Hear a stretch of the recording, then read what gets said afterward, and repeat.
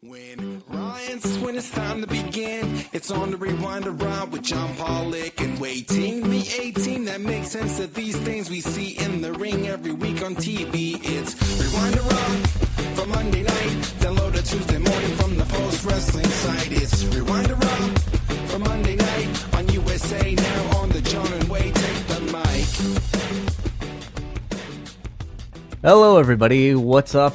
What's up, YouTube? What's up, free feed audience? Welcome to Rewind of Raw. I am Wai Ting. I'm hosting this show today, and I'm joined by my good friends from the Wellness Policy, Neal, Flanagan, and Jordan Goodman. Say hi, guys, to our wider audience. Hello, wider audience. Yes, the rawness policy, as I saw Brian dub this on in the live chat for SmackDown last Friday.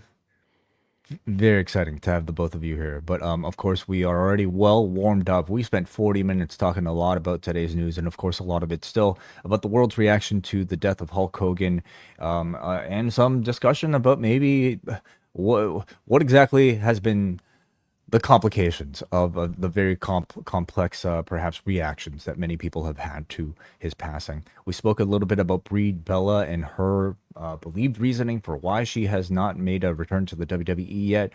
Also, a little bit of discussion about our expectations for WWE Unreal, which, of course, drops on Netflix in about 24 hours from now. So we are anticipating that series, and John and I will be covering that in depth in the Post Wrestling Cafe sometime starting next week. But we are here, guys. Well, first of all, it's SummerSlam week. We spoke a little bit about it in the Post Wrestling Cafe, but your sort of overall thoughts on perhaps the build that's heading into this one. We heard already from you, Neal. What about you, Jordan Goodman? Yeah, echoing Neal's earlier statements, it seems that this weekend of Saturday night's main event and Evolution really put a halt to being able to certainly properly announce SummerSlam matches, but to really build to it in large part. I watch much of Raw week to week, some of SmackDown, and I certainly watch the PLEs. I went into, obviously, I watched Raw tonight in a way in which I rarely do, with like a really critical and thoughtful eye. And I wanted to go into tonight like being pumped for SummerSlam. I love wrestling. I love WWE. I love SummerSlam. And watching Raw tonight, I was like very open to being sold. Literally on spending a lot of time, many hours this weekend on Saturday and Sunday as well. I want to spend the time, but I do want to feel excited. Perhaps as we go along with the review, the evolution of my excitement or not can be discussed. Look, either way, at SummerSlam, I got like good friends and family to watch it with. That's great, but it's hard not to compare it to All In, which I think AEW did a really good job of just the slow boil, a simmer to a boil for multiple programs, not just the main event. And I mean, we spoke at the top of this 40 minutes ago, just talking about like being excited more generally, like we were kids, like All In, especially that Hangman match. Like my friend and I, we felt like kids. I was running around the room and it was just like a well-built story with a well-defined babyface and heel. WrestleMania 40 did a good job at this too. I wish I was more excited, but we'll talk about it as we go through Raw tonight. Once we go through this review, I think your excitement will shoot through the roof, Jordan. Okay, there's going to be something about this conversation that'll make you like you will be sitting in front of your PC or Netflix, right, for the next 5-6 days in anticipation. But I will also say, maybe your excitement for this weekend itself will just be because it is SummerSlam, and I might have watched every edition of SummerSlam up until this point, and I'm not about to stop. Well, for those of you, maybe the best way to get excited for it is to listen to John Pollock's The History of SummerSlam 2-hour, 14-minute dive into the history of every edition of SummerSlam. Those of you who listen to his WrestleMania version of this, where John just kind of off the cuff turns on the microphone and just starts talking. He looks at the match listings and he just digs into that deep encyclopedic knowledge he has in his brain, and he just talks about that particular SummerSlam and goes through every single one from 1988 all the way to 2024. It is available right now for all of our Post Wrestling Cafe patrons early, and it will be on the free feeds today, for most of you actually listening to this sometime at 3 o'clock in the afternoon, both on our free feeds and also on YouTube. So do enjoy all of that, and hopefully that will get you excited enough for this weekend. All right. Let's go to tonight's edition of Raw, this one coming to us from Detroit, and we start things off like we did on Friday with a 10-bell salute to Hulk Hogan. You have the entire roster, or at least what or most of the roster, we could say, standing up front there. Standing at the very front is Nick Hogan, his wife, along with Eric Bischoff as well. So they get the 10-belt salute here, and this time we actually get a new video here. This is not the same one that aired on SmackDown with Paul Levesque's voiceover. This one is set to a song. And any thoughts, any notable sort of like differences in coverage that either of you may have noticed, or any thoughts? I texted you guys asking, was Vince shown on SmackDown the still photo of him and Hogan? I don't apparently believe so. not. It was not. Yeah. Okay. That's of significance. So there was a photo shown of Hogan with Vince circa 1993 when Hogan had that black eye. Interesting, notable, yeah. Somewhat I guess, unique.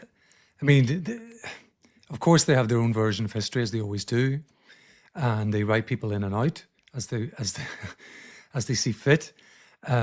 But these two guys' careers are totally inextricably linked. I didn't have a gut reaction of revulsion, or they've done something wrong by putting this one still image into a fairly lengthy video package. But it's still notable, I think, because we see. I don't know the last time we've seen Vince in a video package. I feel like we have, only in glimpses, though. Yeah. Honestly, even if they aired a clip of Vince talking about Hogan, I don't know if you'll get much blowback, in this particular context, like where it's just, I think that so much of the focus happens to be on just, the man's life and also like contribution, like his work essentially. So I don't know if they would have felt any trepidation for doing it. And certainly I don't think they're getting any sort of blowback for including Vince here. And I'm not even suggesting that. I just found it to be notable. Look, this company is incredible, top tier when it comes to packages like this. I think given Hogan's contribution to this company and pro wrestling more generally, that something similar to SmackDown made sense for this company. I appreciated that it wasn't a carbon copy of what they did on SmackDown. Obviously the lineup on stage it can be interesting. Obviously there's intent with, I'd imagine, at least the people toward the front and center of this. Thought it was notable that it looked like Natty and Tyson, TJ, were pretty front and center, which certainly I think indicates just their standing in this company. Certainly Punk being front and center, but really he's the top babyface that I'm looking at of the talent on stage. Look, we spoke in much more depth about the nuance and the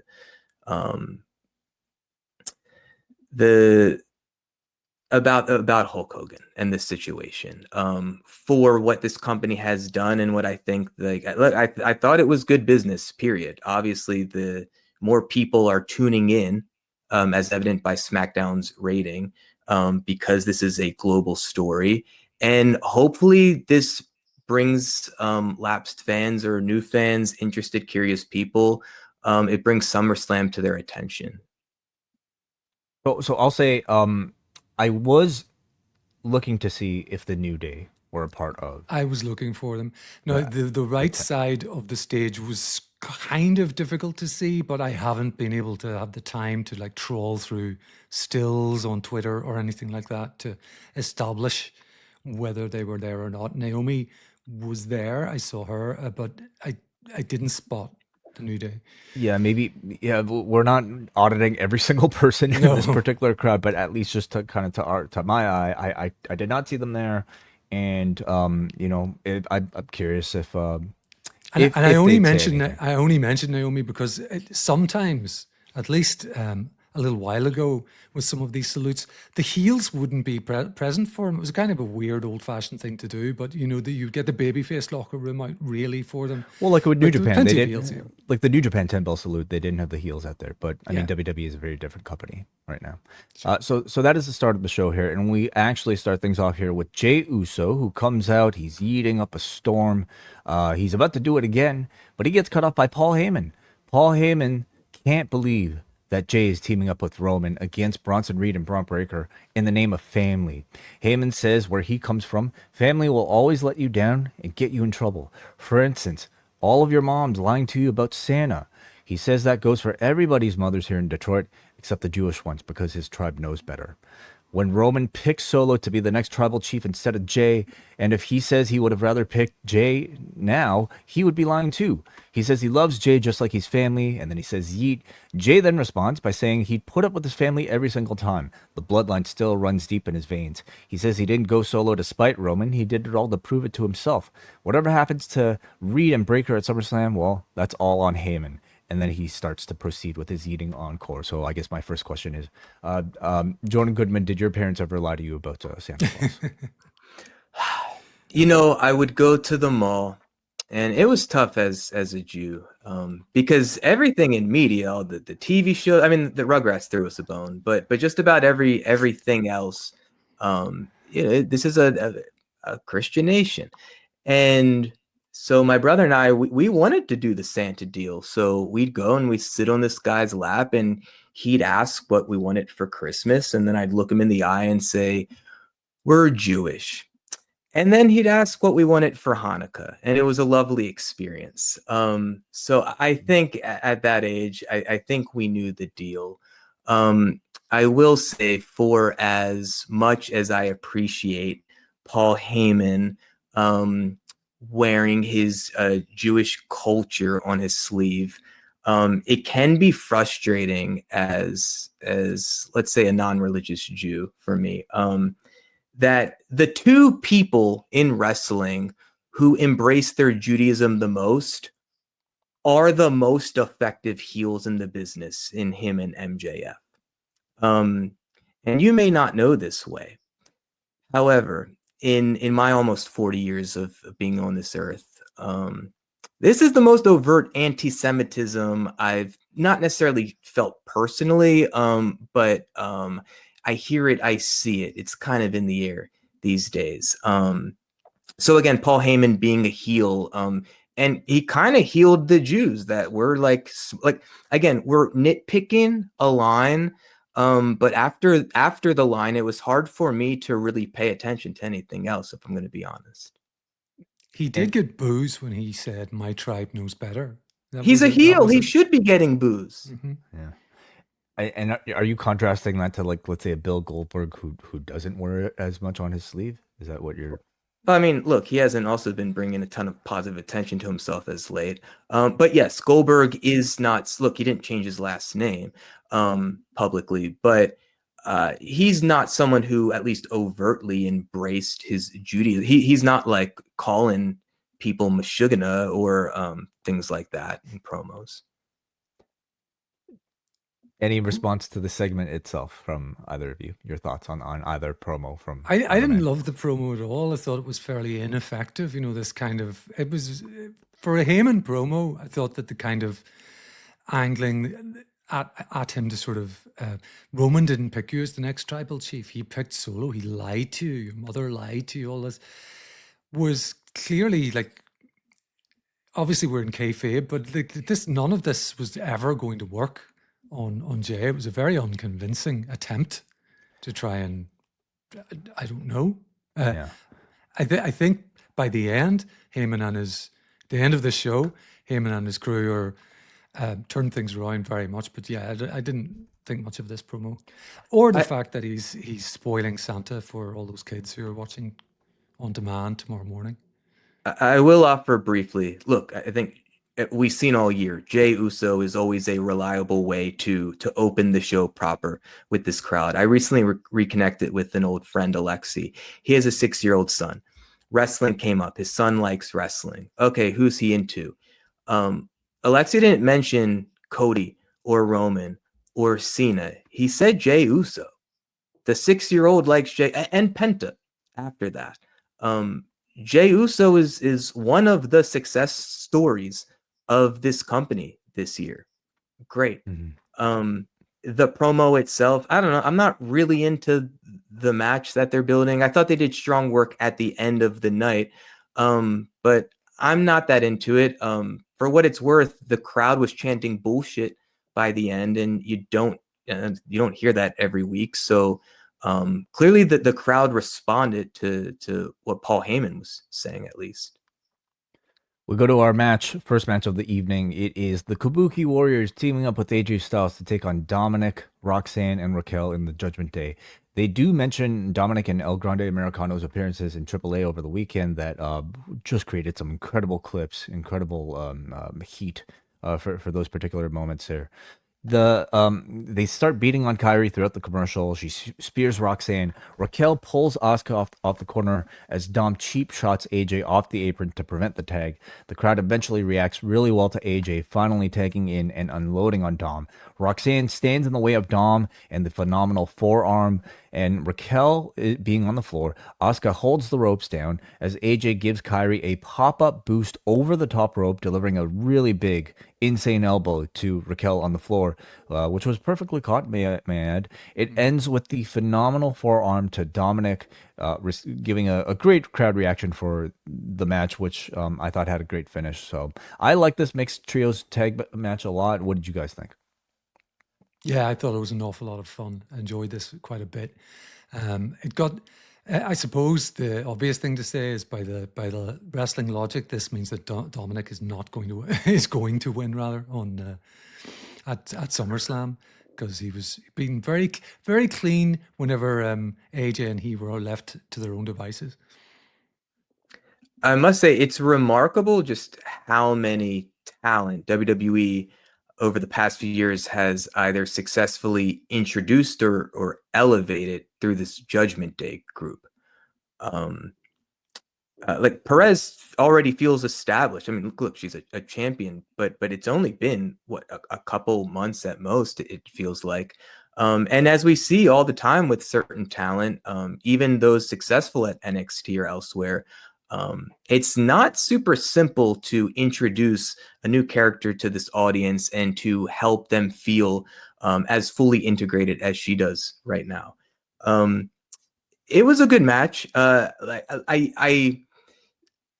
When I'm watching a show like this tonight, I'm watching certainly with the more analytical eye, and also what I enjoy thinking about are people like my wife who didn't watch this with me tonight, but I will, or she will watch it with me fairly regularly. And it's interesting for me, even as like market research, of like what resonates with her. And one thing I picked up on tonight is the storyline beats with Roxanne and Dom. So Cole saying, love is blossoming at one point when he was helpful to her.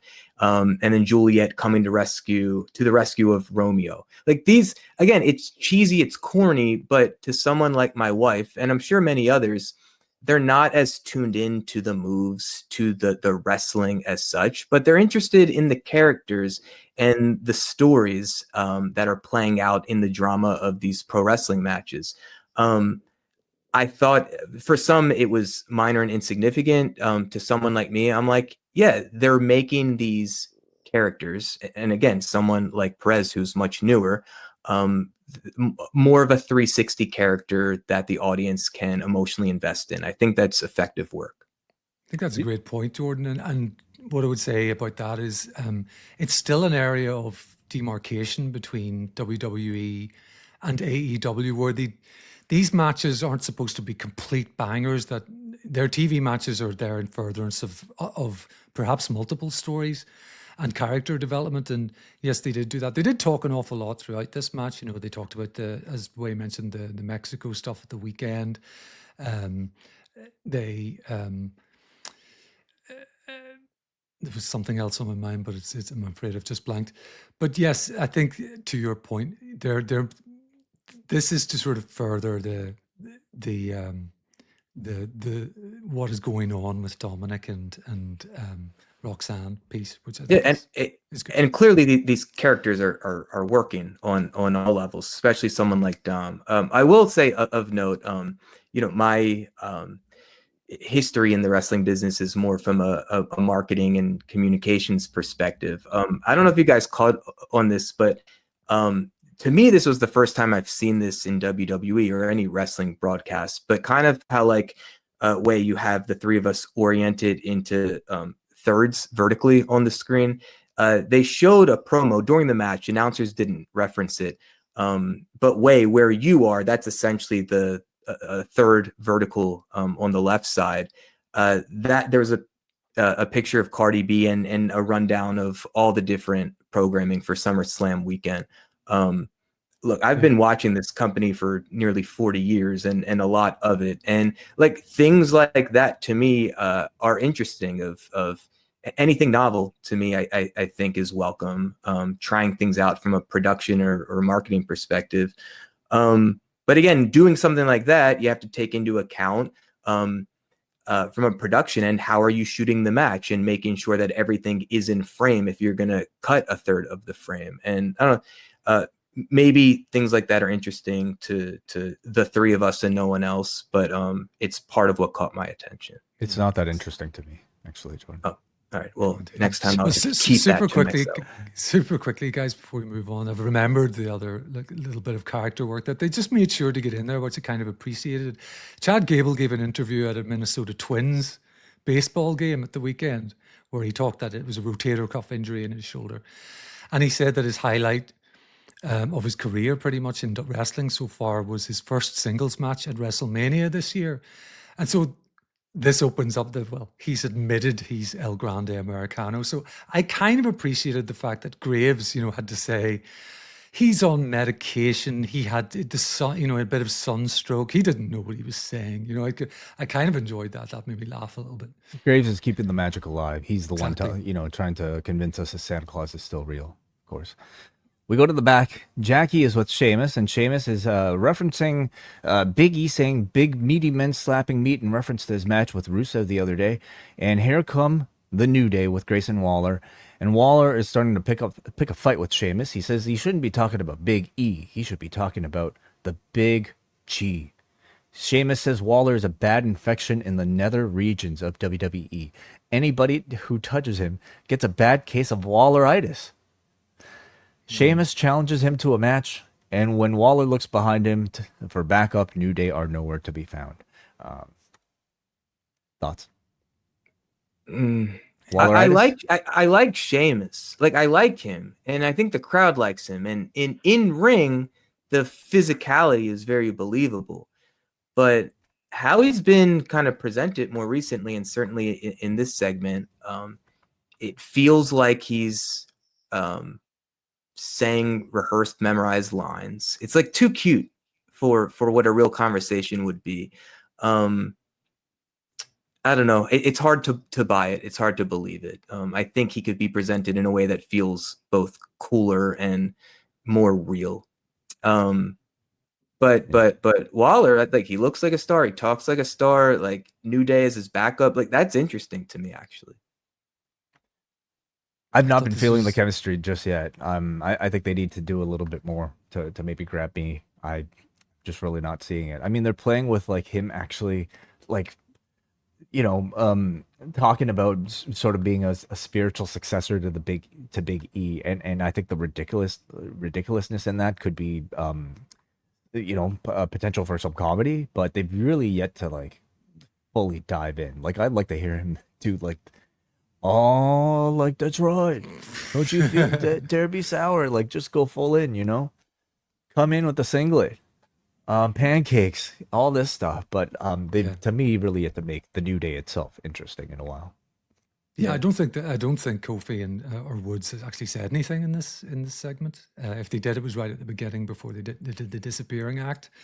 But yeah, this and the match that we're going to get to, I thought was just, Well, the match itself is Waller versus Sheamus, and Waller delivers a DDT to Sheamus on the apron. He comes back with this somersault thing, but it's intercepted by Sheamus's kneecapper, followed by the 10 beats. Brogue kick is interrupted by a Rusev distraction. Waller gets close to gets a 2-count roll up. Brogue kick coming off the ropes as Sheamus gets the win, but in comes Rusev to immediately attack Sheamus with the shillelagh and the accolade. And that ends our segment. I thought the match was just okay. Segment was fine, but it was a very standard, I would say predictable, professional wrestling segment. Like, honestly, a lot of the segments on this particular edition of Raw were. Yeah, I agree. Very, very mid-card. And the crowd weren't into it at all. Some very mild boos, really, for Rusev at the end when he wouldn't break the accolade. Rusev, I think, is not being booked particularly strongly on his return. But what exactly has been the issue, Neal? Because they're putting him in matches with Sheamus. Okay, these are supposed to be bangers. It's supposed to be big meaty men slapping meat. Is there something what's been missing? I can't put my finger on exactly what's missing, but they're not bangers. They're not particularly interesting. No matter what crowd they're happening in front of, they don't seem to be that interested either. So perhaps a better storyline other than Rusev just being a guy who doesn't like Sheamus. There's really nothing behind all of this. I also don't know if this was the best program to start with, because none of it feels fresh. These are the same guys that have been around and have worked with each other. I believed Miro in AEW. Now, obviously, he was playing a ridiculous character. But the performance, there was something about it that I felt, that I believed. This version of Rusev so far, I'm just not buying it. It's hard to articulate exactly what I mean by that, because again, like, I understand in AEW as the mirror character, his big heat was with like God seemingly, and he's talking about his hot flexible wife. Like, it was ridiculous, but there was something that I don't know if authentic is too general of a word, but there's something that felt authentic about his portrayal of that character. And right now with Rusev, I just kind of feel like he's like playing the character of Rusev instead of embodying the character of Rusev. Yeah, I don't know how much they've given you to buy, Jordan. I mean, what is Rusev? What is 2025 Rusev? What's his motivation? What's he doing? And he may not know, so he's kind of slipped back into what may have worked once upon a time. We go to the back with Naomi and Jackie. Naomi cuts a promo on her opponents. She says Rhea, Io, and all the other heifers in the back, they're passive-aggressive. But Naomi, she's aggressive. She says tonight's 8-woman tag is going to be a cautionary tale. Don't look shocked when she leaves with the title at SummerSlam, because you've been warned to proceed with caution. What do you guys think about Naomi here? If I may, Neal, please go ahead. This is a perfect example of what I was just talking about. So obviously, this character that Naomi has recently evolved into is ridiculous. It's fiction. However, I have found it to be the most interesting and dynamic and confident and compelling that I've ever found Naomi. Now, an issue may be that it seems like a lot of the crowd is with me. And if the intent is for her to not be liked, she's not doing the best job of it, as much as she's trying with the evil laugh. However, what she's doing now, I have a sense that it's coming from an authentic place within her. She seems fully connected with this character. She knows how the character speaks, and then she does that. I love this portrayal. Again, I don't know if it's helping or assisting the baby faces, and she's opposing two of them this Sunday or this Saturday, given that it seems like much of the crowd is rallying behind her. Yeah. Neal? Likewise, I've made no secret whatsoever on our SmackDown reviews of how much I've enjoyed the heel turn, how much I think she's done an absolutely brilliant job with it. I think in the beginning few weeks, with the tears and the kind of slightly jilted lover thing that she was doing with Bianca, I kind of preferred that because it was somewhat more grounded in reality, and this is a little more cartoonish, but still, I'm with Jordan. It's the most interesting thing that Naomi has really ever done, and I think she's doing a really good job as a heel. When I think back to the conversations we had about if they're turning her heel after the Jade reveal, what will that be like? And here we see it. It's very, very good. And as Jordan says, the crowd are into it. Like they're now finishing the chant of "Proceed with caution," which I guess speaks to what Jordan's worry about. Perhaps Is that a good thing? is she? I don't think it's good or bad at the moment. Okay, look, I'm wondering, is the primary objective for a character like her to just get over with the audience no matter what, and then okay, now we've got some potential to work with? Or is the primary objective for her to generate heat and help encourage sympathy for Rhea and or Io this weekend?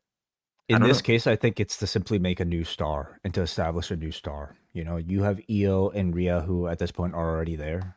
They need to confirm that status for Naomi, and I think they're doing that. It's better for her to be entertaining and over as, maybe not the most hated heel, than to be completely forgettable, right? She's got something. She's memorable. She's entertaining right now. Yep. Let's go up next to Bronson Reed and Paul Heyman. They're in the back. Heyman says Jay thinks that they're a group now without a leader. Breaker comes in and says, well, now we have one. And he gives Reed the pep talk. So Breaker has sort of announced himself as the leader in Seth's absence. And he also says, I have a plan. So we shall see what that is a bit later on. Lyra Valkyria comes out. She's so she's trying to get us to notice her big blue shoes here. These might have been like Skechers shape-ups or something like that. They're like huge platform shoes. She calls them her Becky stompers. And she knows Becky doesn't like to play by the rules. So that's why she agreed to this no DQ match. She knows that what Becky is capable of in this sort of match. But Becky doesn't know what Lyra is capable of. Lyra doesn't even know what Lyra is capable of. So she's prepared to go to a place that she's never gone before. At this point, Becky's music cuts her off, but Lyra anticipates the sneak attack, and she grabs the kendo stick from Becky Lynch and starts wailing on her. Lyra's about to hit the Nightwing, but Becky escapes. I found that, to me, Lyra, in having to essentially transition over to being a babyface for this feud with Becky, I think it's kind of neutered her from like the very somewhat interesting sort of character she's been developing in that Bayley feud. And on this particular evening, I really did feel like it was the inconsistency really came out to me. And I don't know, like, even as a babyface, I wouldn't have really done much to with these shoes, I certainly wouldn't. I wonder what she's going on for. Becky stompers didn't work for you, Wai? I don't know if they did. I don't know. And they're just almost a little too cutesy for my taste, when I think she should be doing everything she can to still maintain that heelish edge, even if she's going up against another heel. Look, I think Hangman is the best example of somebody who's gone through a heel turn transition, but has come back on the other side of being a babyface while still maintaining that aggression and that seriousness that I think we loved about him while he was a heel. I think in 1 week, Lyra has kind of lost that a little bit, but we'll see what in this no DQ match, whether she brings it back. Yeah, the lines of aggression were not particularly convincing. The Becky Stompers she flubbed a line as well quite early on, about 2 weeks instead of one. And the crowd, some of the crowd were pretty mild watting throughout this. I don't think the crowd were into it. Sorry, Jordan, go ahead. Yes, again, back to what I was talking about, Naomi, and Rusev and Sheamus. I don't know who this person is. I don't know who this character is. And it doesn't sound like the crowd does either. It sounded like it was rough watching her try to find the promo, and in doing so, ostensibly the whole point of this is to connect with an audience, and that was difficult. It sounded like there were a decent amount of people in that room who were being respectful. There were also a decent amount of fans in the building that were being supportive and cheering for her at the moments in which it was obvious to give that response. And then, as you alluded, Neal, there was also a segment of the crowd that were kind of antagonizing her, that were not into it. I have felt this way for a while. However, every time I see the two of these women wrestle, I'm sold. They're great matches, and obviously, if they're going to go to it again with the stipulation this time, even the Becky heel turn, like, I don't know if that's still ever fully landed. It doesn't feel convincing to me. So with this whole presentation, I've been very wishy-washy on it, and it's a shame, because for me it's like, all right, let's get to the match, and thankfully I know I will likely enjoy the match. We go to Corey Graves sitting down with Sami Zayn talking about this Karrion Kross feud. Zayn hopes to be done with Kross once and for all. He doesn't know what Kross wants from him. And this is when Karrion Kross shows up, takes over the interview. Kross says everyone he deals with eventually gets to show their true colors, except for Sami Zayn. So he's going to beat Sami Zayn at SummerSlam, and Zayn is going to have to say Kross told the truth, because Sami is no different from anyone else. Sami then says if Kross beats him at SummerSlam, he'll say anything he wants. But maybe Kross is wrong about Sami, and maybe even he's wrong. He might even be wrong about himself. So Sami says when he beats Kross at SummerSlam, Sami wants Kross to say that he was wrong. So, I mean, they're building this as the blow off to the program, and they're, I believe, one apiece at this point. Sami wants Kross to so who, basically it's a match to see who will admit that they were right or that they were wrong. So I take it that if Kross wins, it means Sami will be forced to admit that Kross is right. And I guess the bigger implication is that Sami will turn heel. Sami will have to become evil. Yeah. Yeah. I mean, I guess the suggestion is that he'll make him be heelish in the match. But I guess on the surface, this doesn't directly compute. But anyway. No, and I also want to know who these litany of other people that Kross has revealed are. Oh, it's a huge list, Neal. I mean, he did a whole promo about this on SmackDown way back, and it was like he was in a feud with Nakamura. Nakamura eventually turned heel. He was in a feud with AJ. AJ eventually turned heel. He was New Day, I will say, was pretty deliberate in that he was pestering, Woods the entire time, and they did turn heel. So, I mean, that's kind of become his gimmick. Wrestlers eventually turn heel at some point, and Kross will take credit for it. With an evil smirk at the end of the promo. Yeah.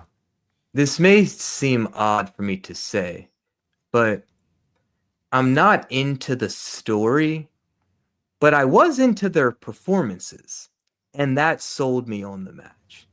I don't know if that's the intended result here. I mean, look, I think any interest in the match is great. I don't know what this is, and I really don't care, but I did appreciate their performances. Both of these guys felt fully committed, and I think with performers like these, that can also translate in the ring, this sense of full commitment in a backstage segment. Look, all I ask is just make me believe.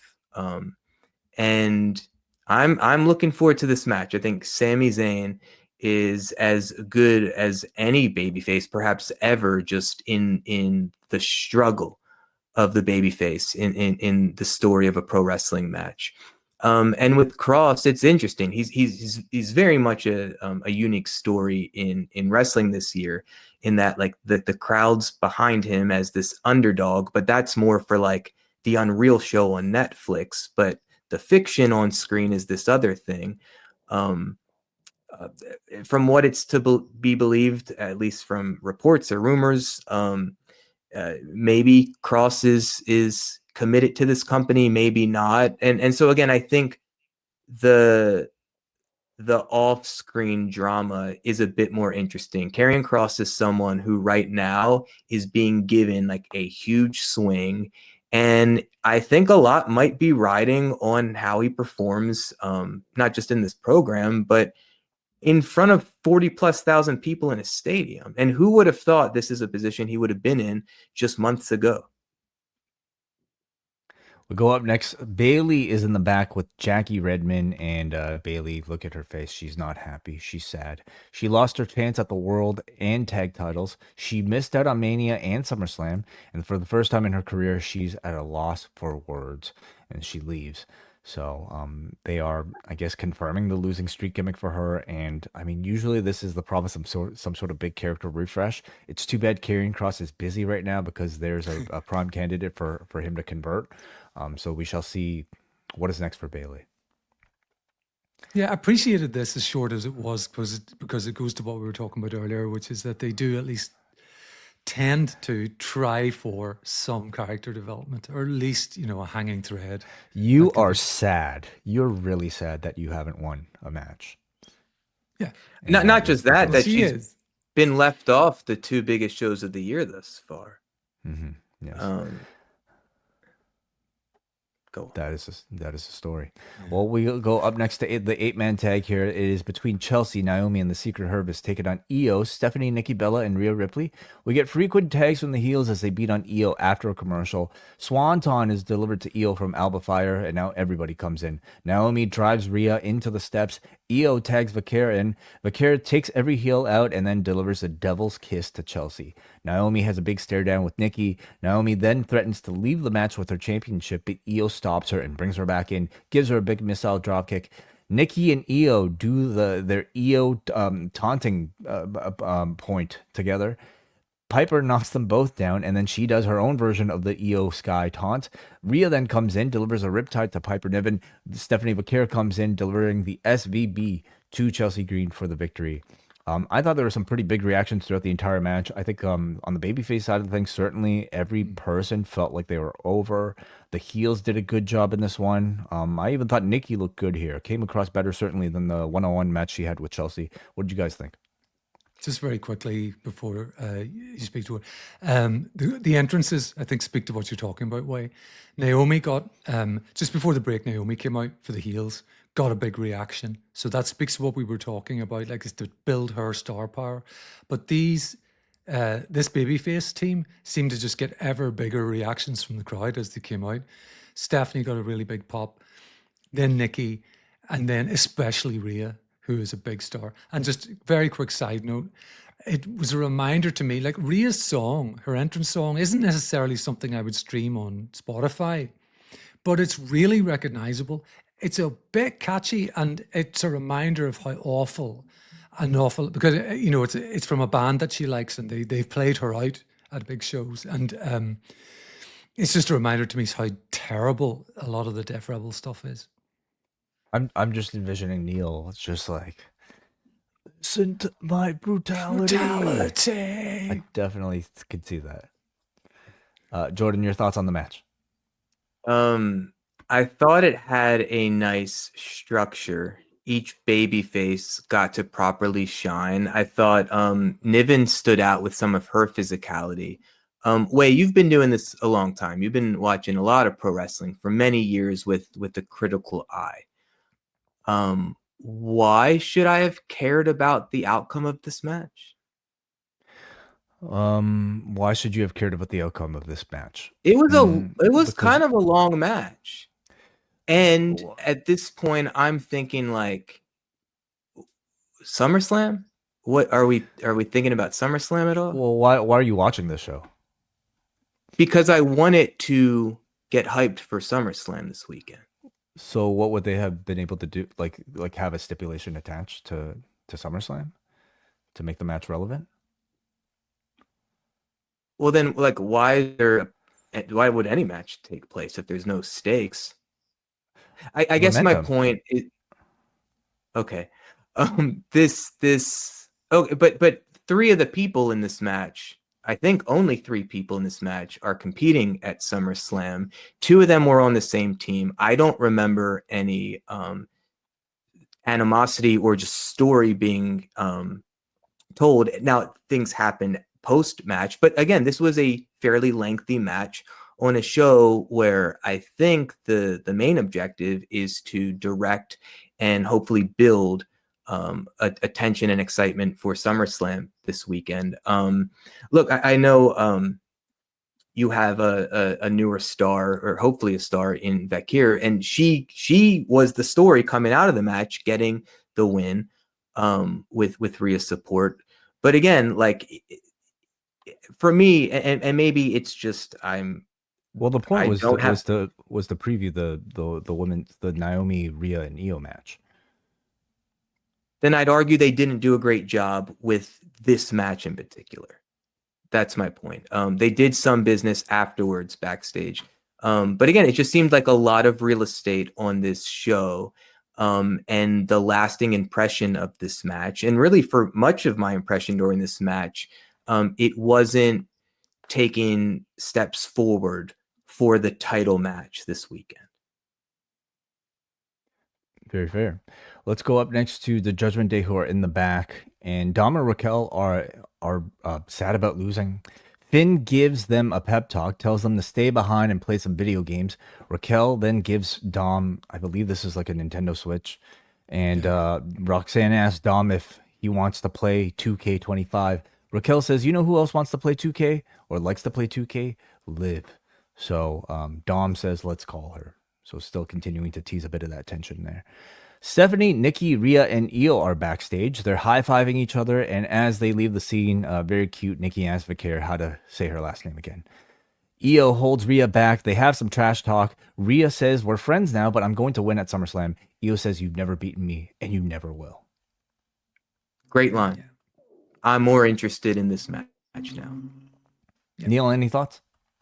Not really. I agree. The "you've never beaten me" thing is great. I really like it. I liked it at Evolution, even though without the cash-in, had that match gone to a finish, it would have been a really good main event of a PLE for WWE, one of the better in the era where I'm afraid, putting up with the run-ins and all the rest of it, of the John Cena matches we're going to get more of this weekend. Yeah, that's all I have to say. We go up next to the World Tag Team Championship match here between the LWO and the Judgment Day. We get a big plancha from Wild to take us to commercial break. Then with JD and the Tree of Woe, Cruz del Toro delivers a big coast-to-coast drop kick, hitting JD right in the head. It looked really great. Del Toro and Wild deliver stereo topes. Del Toro then delivers a Phoenix Splash, which gets a 2 count. Out comes El Grande Americano, and he is sent to the back by Dragon Lee. Wild then delivers a somersault plancha to JD on the floor. As Del Toro is about to dive onto Balor, here comes another guy dressed in an American-themed lucha mask. This one, just upon closer, I guess, inspection, a bit more inspired by a Rey Mysterio-style mask, maybe. Anyway, Balor then delivers the coup de grace for the win, so that now there is another mystery luchador. And I would say keen observers perhaps accurately pointing out that it could very well be somebody who looks a lot like Butch. Some people are saying Butch. Some people are saying, and there is a picture that my first thought was, that looks very like Dragon Lee. Now, I know we just saw him, but this looks like something you could do in a very quick change environment. You know, no. zip up a track top. Dragon Lee is not does not have like a gingery beard. Does this guy have a gingery beard? Are you sure? I mean, this certainly does. This look like Dragon Lee? And then, come on. I saw something of a zoom in that I didn't notice a beard, and he looked a little like Dragon Lee to me. You know, I've never seen. You're trying to Corey Graves me right now. I've never seen John Pollock with facial hair, but if he took a couple of days to grow it out. This is not Dragon Lee, Neal. Come on, look closely here. Okay, maybe you're right, Wai. That's as much as I'm willing to say. But it could be anybody. You're right. We should be open-minded. It could be Dragon Lee next week. We don't know, but that would be quite the twist. I love this. I think just to get a bunch of Europeans to play these American themed luchadors is great. We got a Kaiser now. We might have a Pete Butch. Pete Butch. Pete Dunne. El Grande Americano. Throw Tyler Bate in there under the mask as well. Give us a whole European Union of El Grande Americanos. Yeah, or I mean, it's like the Marvel Universe way. These are variants or something like Oh, that from a different love it. universe. Yeah. I'm interested in this. I would like to say I thought it was an inspired showing by LWO. Del Toro in particular, but I think it's nice to see someone like Wild, who's really just been a journeyman wrestler for the past couple decades at this point, to see him in a title match on Raw. I think it's quite inspiring, to be honest. A man with some significant Ring of Honor history as well.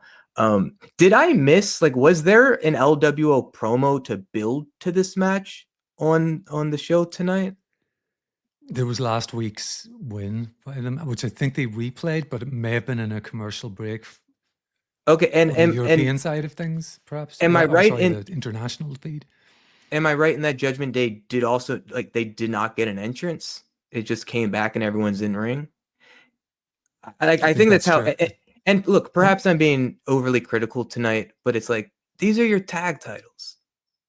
Like, again, I just make me believe something. Just make me believe that these people care. Make me believe that the promotion cares. So if you're going to have tag titles, this should be the biggest match in LWO's history.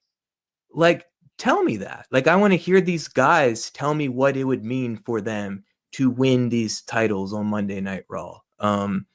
I recognize there's more important things to do with SummerSlam, but I just previously argued that I thought they spent time not doing that. I would have much rather you cut 30 seconds from the 8-woman tag and have LWO tell me how meaningful it would be for them to win the upcoming match tonight. We go to the ring where Gunther is there. He's talking, and he says last week he left the voice of the voiceless speechless. So I'll come CM Punk, and Punk says he wasn't speechless. He was dumbfounded because it dawned on him in that moment that he doesn't want to be the world champion. He needs to be the world champion. He needs it like he needs air in his lungs, like he needs heart pumped to his blood, like the Red Wings need a 12th Stanley Cup. He says he doesn't do drugs but understands addiction because wrestling is his addiction. He needs to win the title as a thank you for the people who chanted his name for 12 years. He earned the right but to be called the best in the world and be arrogant about it. But Gunther can't back his claim to be best in the world up without a similar pedigree to as CM Punk's. So Gunther is about to interrupt, but Punk covers Gunther's mic, says Gunther isn't on his level, and he'll find that out at SummerSlam. What do you guys think about this segment?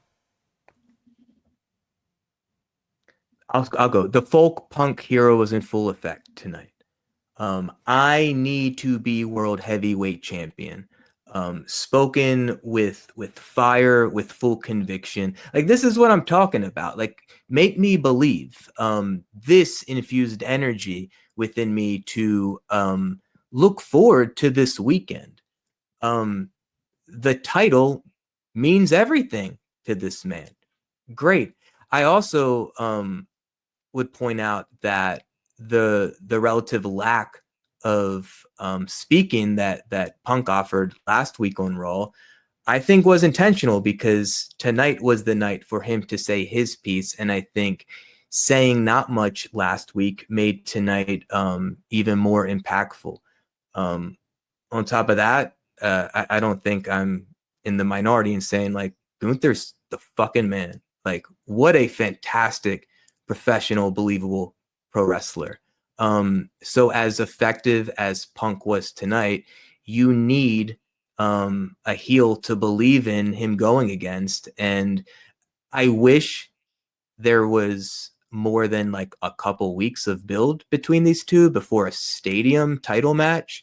But look, it is what it is. And this is one of the matches I'm most anticipating this weekend. Your last point is one I was going to make, Jordan, which is, like, I don't love that this build has been so truncated. And I feel like, given this is the go home segment for the match, Punk is great. He's always great, but I feel I would rank this as a 7 on his scale. And I don't know that I would have liked to have heard a bit more from Gunther as well. I didn't think it was. I wasn't as high on it as you were. Let's leave it at that. What about you, Way? I enjoyed it. I mean, I think Punk's delivery is always fantastic. He's just like one of the best to ever do it. I will say in this build, I am a bit disappointed that like he didn't have more material that was specific to Gunther. Like this was a very good I need the world championship promo, but he could have cut this promo on any champion. And I would have just liked something a bit more specific to feel a bit more personal, his connection or his hatred for Gunther.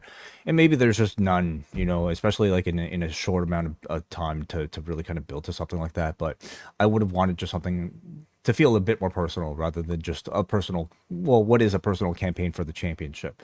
But I feel like there could have been a bit more between the two of them.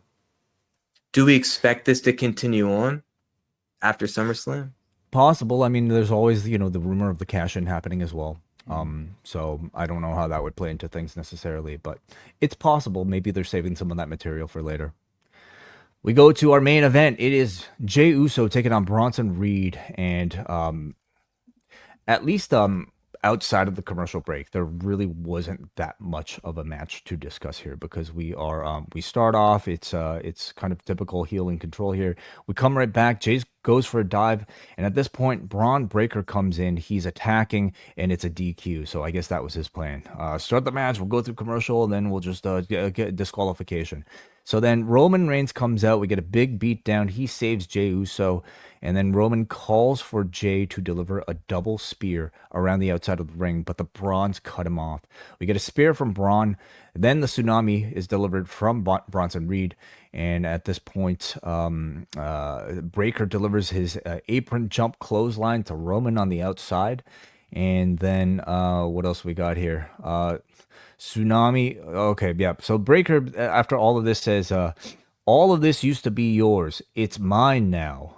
These ropes, this cameraman, they're mine. These fat asses in my arena, they bark for me. A promo reminiscent, well, both of the old Tribal Chief promos as well as perhaps his uncle's. And Breaker then delivers a double spear to both Roman and Jey through the barricade, which was a really cool spot.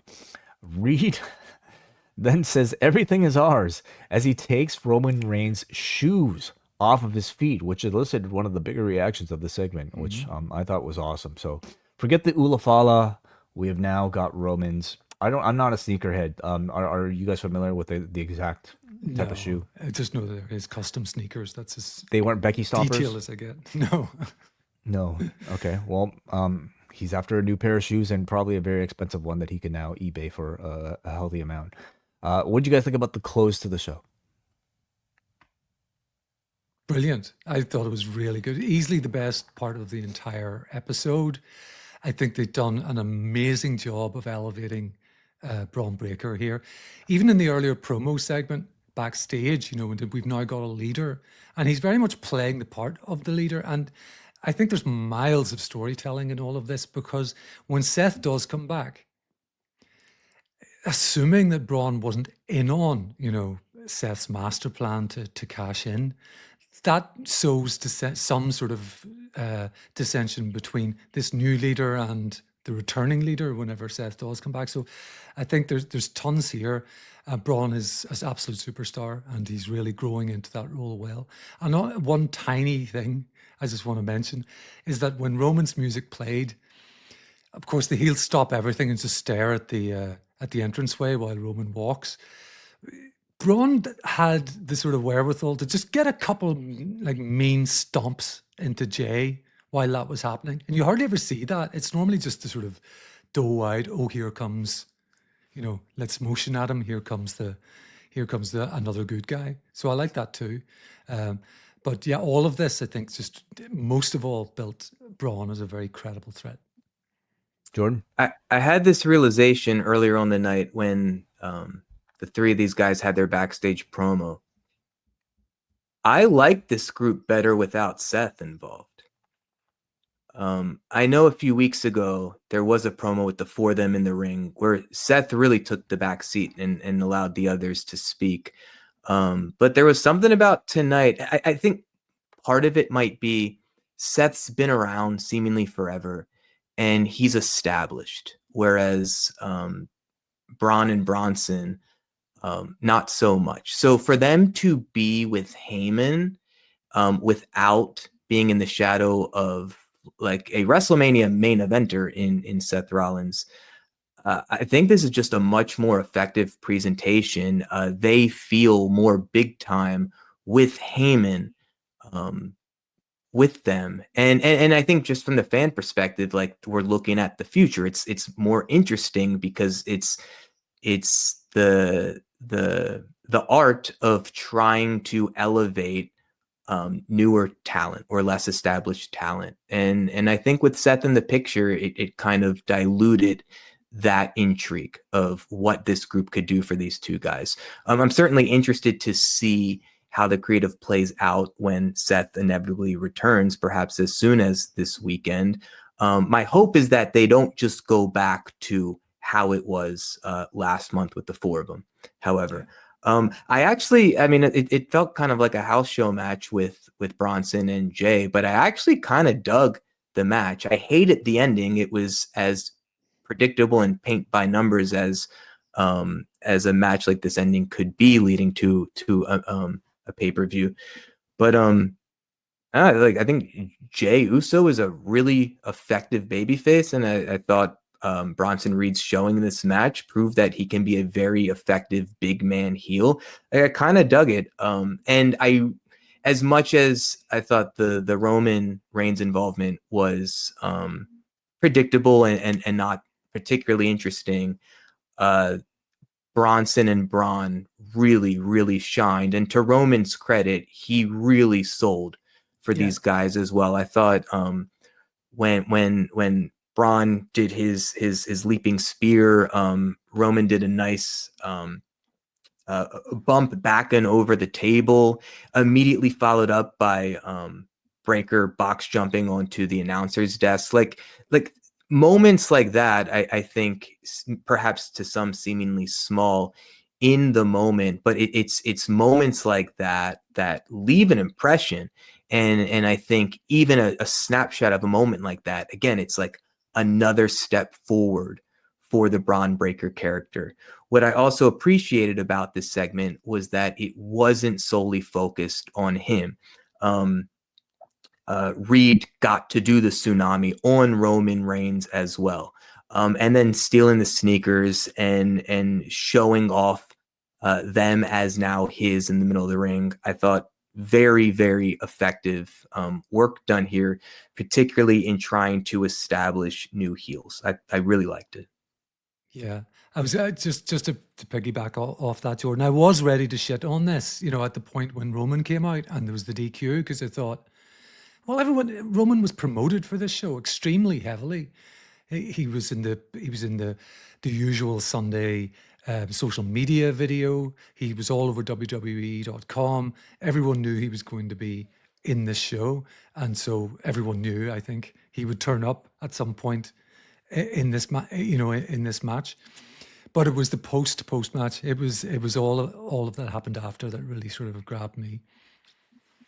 So what do you guys think overall about this go home edition of Raw? It was all right. I'm going to say an average edition of Raw with a very good ending, I think.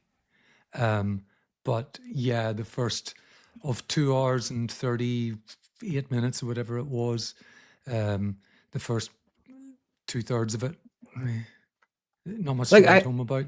I understand you want to put on a wrestling show for the people just tuning in to watch Raw that evening. And certainly you want to put on a wrestling show for the many thousands that paid